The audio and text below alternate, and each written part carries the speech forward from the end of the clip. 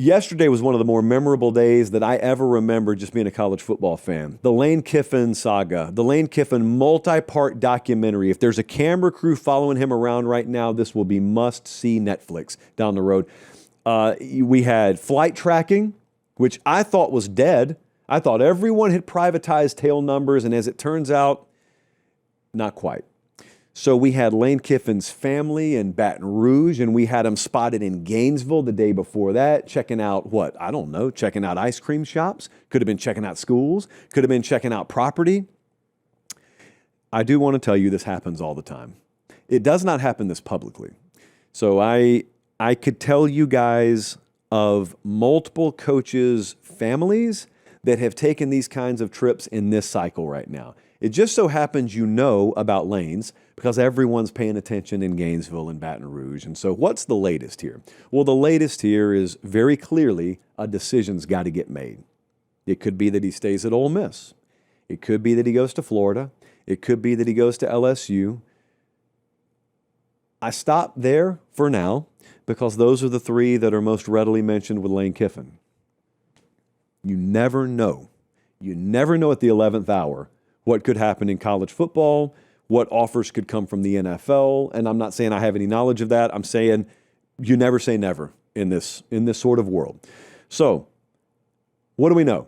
Not a whole lot, at least publicly, not a whole lot. But yesterday, if you were glued to the internet, I mean, we had everything. Okay, we had hundreds of threads deep message board posts, just like the good old days. We had flight tracking, just like the good old days.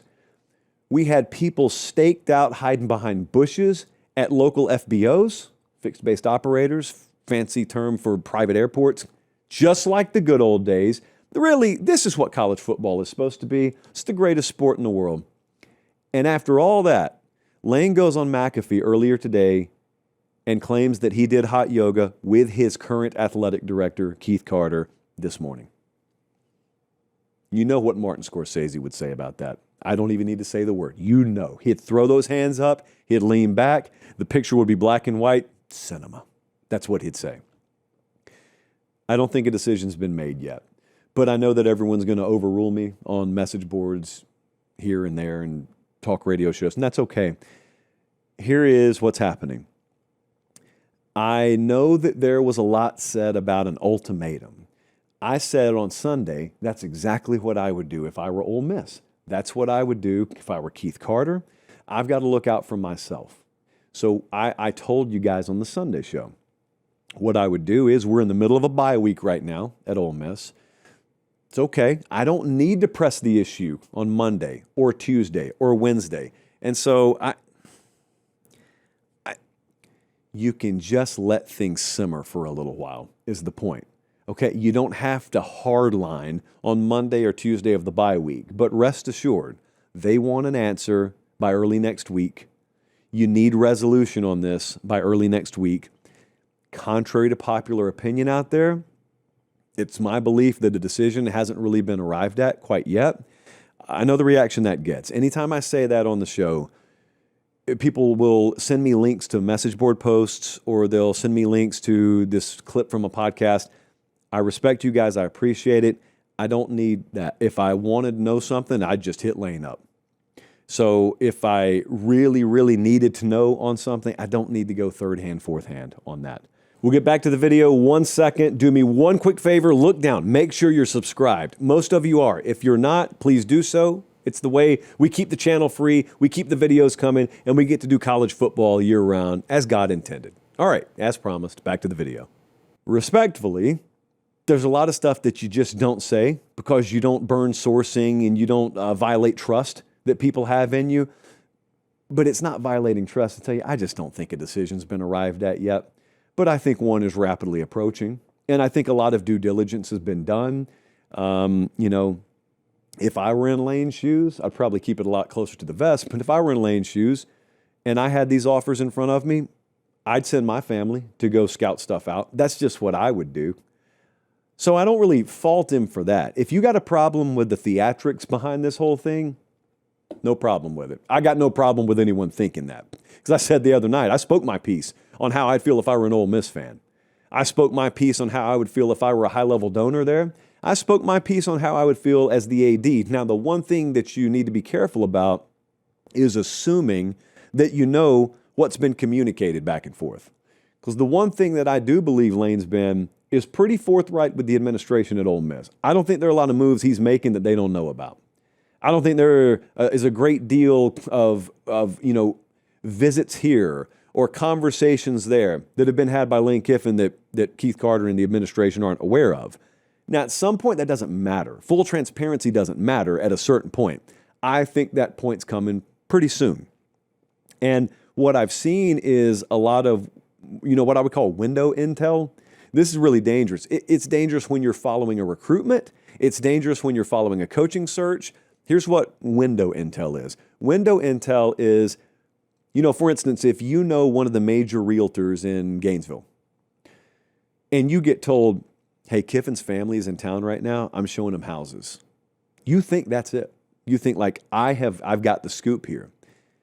Because through the limited window vision that you have, through the one source that you may have, you're aware that they're looking at real estate, man. They're looking at homes here. Why would he do that if he wasn't coming here? Well, what if I told you that, unbeknownst to you, he's got plans, or they've got plans to do the very same thing in Baton Rouge the next day? You wouldn't be aware of that. So you'd run to your message board and you would say, done deal, Lane to Florida. And then the very next day in Baton Rouge, they'd run to their message board and say, done deal, Lane to LSU. You got no clue. You got no clue what he's going to do. You don't even know if he's got any clue what he's going to do yet. It's unpopular to say that, because I don't know what he's going to do doesn't get a whole lot of clicks, which is what we're in the business of after all. Old clickbait Pate here. That doesn't get, that didn't get nearly as much traction as some other things have gotten recently. My personal feel on this is, if I had to lean one way or another, I don't know. I don't know. I think it has to get ironed out by this time next week. That's what I think. Because I will just paint you a picture right quick. If this is not ironed out by next week, the Egg Bowl's on Friday. It's going to get really ugly if it's not ironed out by next week.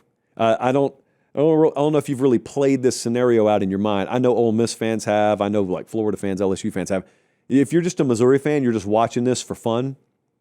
Imagine the night before that game. It's Thanksgiving. We've got no answer yet. You go into the day of the game. Lane's coaching the Egg Bowl. You have no clue. Ole Miss officials have no clue. And then he's got a post-game press conference and they win. If they win, they're headed to the playoff either way. We've still got no clue.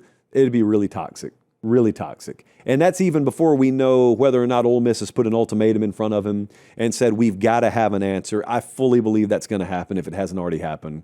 I know what was said today. I don't care. I believe that's going to happen if it hasn't already happened, in not so many words. So it's going to be a really memorable week next week if it gets there. Now, I know there was a lot of expectation that some announcement was going to come this week. Again, that was never going to happen, ever, under any circumstances. That was never going to happen. Jesse, we got to get a bigger earpiece. That was never going to happen. But I will not say never at all about early next week, because that could be an absolute circus.